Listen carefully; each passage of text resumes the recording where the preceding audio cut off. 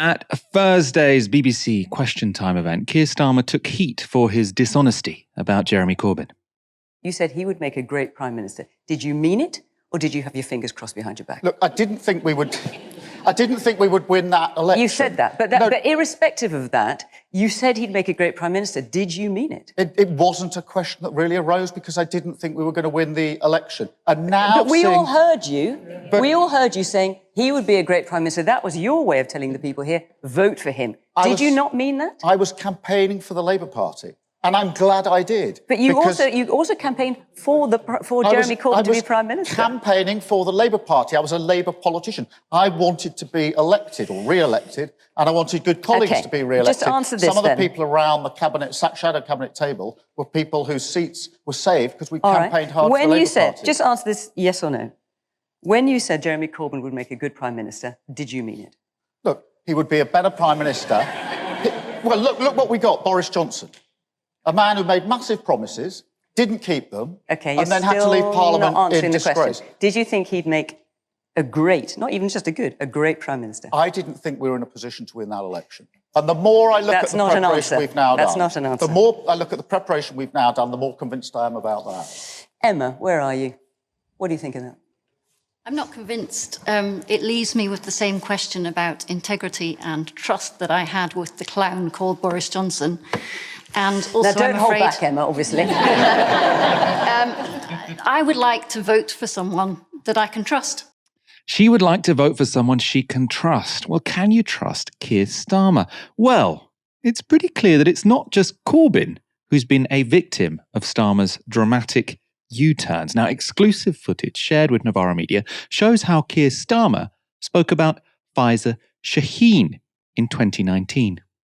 Thank you all so much for coming in. Can I just start by saying how brilliant Faiza is? You've got a fantastic candidate here. I've spoken with Faiza on platforms across the country, and she's always brilliant. And she came to my constituency Labour Party a few months ago and lit up the whole room. We had at least 150 people in that room. The whole bottom room was filled, and we had the galleries at the top filled as well. Faiza was there talking to them, inspiring them, and taking their questions. And all of our constituency members and supporters were so thrilled to hear you. And it's really, really great for me to be here to support Faiza in her campaign because we want her in Parliament. Yeah. What she's doing is so brilliant. We want her in Parliament. That is a massive plus, and it's a double plus because we get rid of IDS at the same time. You heard there. Faiza Shaheen, she's brilliant. She's fantastic. She's got a local vision and a national vision. I cannot wait to get this woman elected. You also saw sort of Faiza Shaheen sort of sitting in that seat. She's looking at Keir Starmer. She's saying, oh, how lovely to have this man say such nice things about me. 5 years later, Faiza Shaheen blocked by the Labour Party. And to explain why she was blocked, this is what Keir Starmer said to TV cameras. Are you blocking left-wing candidates from standing in this election? No. I've said repeatedly over the last 2 years as we've selected our candidates that I want the highest quality candidates. That's been the position for a very long time. So, Aaron, obviously we've seen that clip of Keir Starmer before saying he wants the highest quality candidates, implying that Faiza Shaheen is a low-quality candidate, essentially.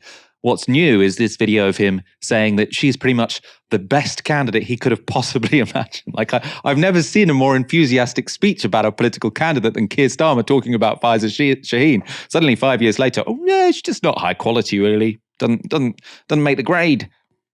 He lies more than any politician in recent British history, including Boris Johnson. His definition of the truth is what he said. Okay, so what he said that several years ago was true because he was saying it, and what he's saying now is also true because he's saying it. I really believe this, Michael. I think the man has a problem. I honestly believe the man, and people are like, don't go personal, Aaron. I honestly believe he has some kind of psychological disorder. That level of dissonance between what he said then and what he said now, and how he can say it with a straight face, is extraordinary. I've not ever seen it before, Michael. I've honestly not ever seen it before. It is absolutely extraordinary. And of course, Faiza Shaheen is a great candidate. Economics PhD, worked in think tanks, worked overseas. You know, you've got her and her husband there. They've got a new kid now. I mean, of course it's vacuous, but that stuff matters in politics. Young family, telegenic. I was just thinking how handsome her husband is. stupid point to make. But the idea that she's not like, quote unquote, especially in the TV age, an ideal political candidate, then there's her CV, then there's the quality of her policies, great public speaker. I mean, she's like an identikit great political candidate in the 2020s. She's kind of like AOC or something. And I think personally, that's why she was blocked. That's my personal view. It's not that she was a bad candidate, it's that she was too good. She would have created a different pole of attraction in the Labour Party because of her credibility, intellectually, academically, and because of her ability to command an audience. He said that when she spoke at his CLP, there was 150 people there. How many people were there watching Keir Starmer? 10, 15? There you go. Bit of box office, bit of gold dust. No, thank you. That's why she's not there. I really think, Michael, and I've actually had this put to me by people on the right, I really think we're in unprecedented waters with Keir Starmer. Somebody put it to me. They said, look, Keir Starmer, for all I know, may be to the left of you, i.e. me, may be to the left of Aaron from Novara Media in office, or he may be to the right of Tony Blair. I honestly have no idea. And they're probably right, And by the way, for that person, Britain rejoining, say, the single market is coded as left. And I don't think we should rejoin the single market in the next parliament. Customs union, fine. I think that's true.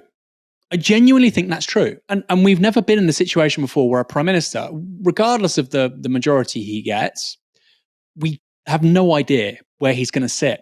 And I think that's partly a failure of the media. But I do also think it's partly a consequence of the man. He has this tremendous capacity for lying and misrepresentation, which, like I say, we've never really had in politics in this country before. And we need to think about immune and defense mechanisms to stop it from happening again. We should not be in a situation where somebody can get such extraordinary power and the electorate not really know what they stand for. And like I say, that's an indictment on the media. But I also think it's a reflection of who he is and how unique his capacity for lying is. I mean, this is embarrassing. The average person would be cringing watching that, but he's shameless. He doesn't care. He has no problem at all with it.